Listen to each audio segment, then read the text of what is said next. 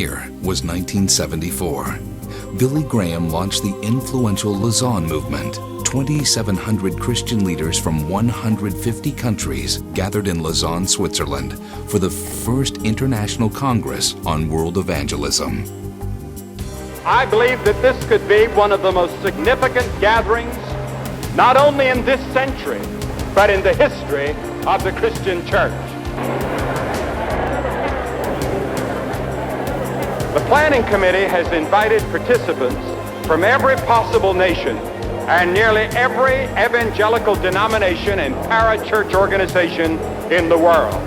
Never before have so many representatives of so many evangelical Christian churches in so many nations and from so many tribal and language groups gathered to worship, pray, and plan together for world evangelization. It was a global groundbreaking event. Time magazine called it possibly the widest-ranging meeting of Christians ever held. I have come to Lausanne with great hope and expectation and great spiritual need, asking God to enlarge my own vision, as I'm sure you have. The outcome of that historic gathering profoundly influenced mission efforts on every continent with a new spirit of servant leadership. He said the Son of Man did not come to be served, but to serve, and to give his life a ransom for many. But this supreme atoning sacrifice was the climax of a life of service. And may God bless you as you come forward and making this a tremendous experience as we go hand in hand, living Lausanne, excited, fired to preach the gospel. We must have the compassion to answer the honest questions which men and women have.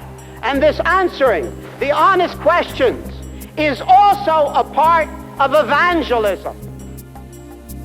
Through God's blessing, what started in Lausanne, Switzerland in 1974 ignited a movement that has spread across the globe, serving thousands of churches and hundreds of the world's mission organizations. So now as we move forward, we know there's lots of high walls to climb, but there are many wide open doors to go through.